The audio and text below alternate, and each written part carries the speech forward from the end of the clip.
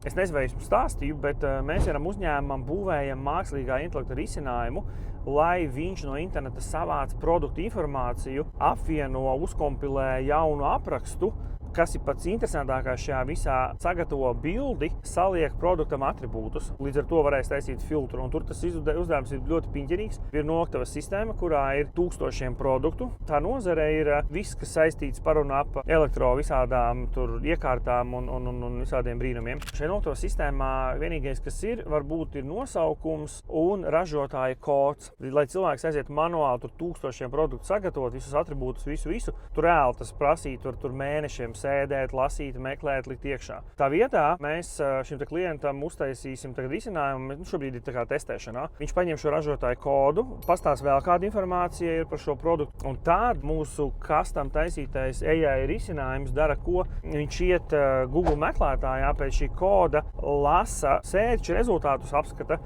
meklē tur PDF-us ar informāciju, un tur jau tas āķis sāks tajā, ka tas nav vienkārši tu paņem rēķini, tev ir jāizkalkulē vai kaut kā jāsaprot, vai tas saturs ir tiešām atbilst tam produktam, kuram tu meklē informāciju.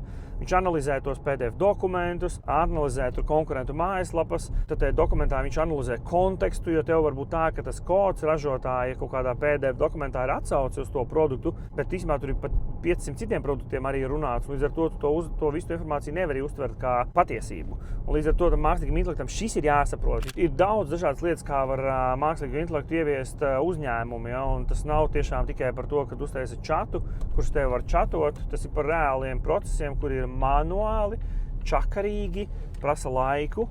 Tā vietā tu ieguldi uztaisi šo custom risinājumu, tev viņš to vai tā kā fonā griežās un apstrādā datus, tur ir visādas vēl izaicinājumi, ja, jo ne visi dati ir pilnīgi pareizi.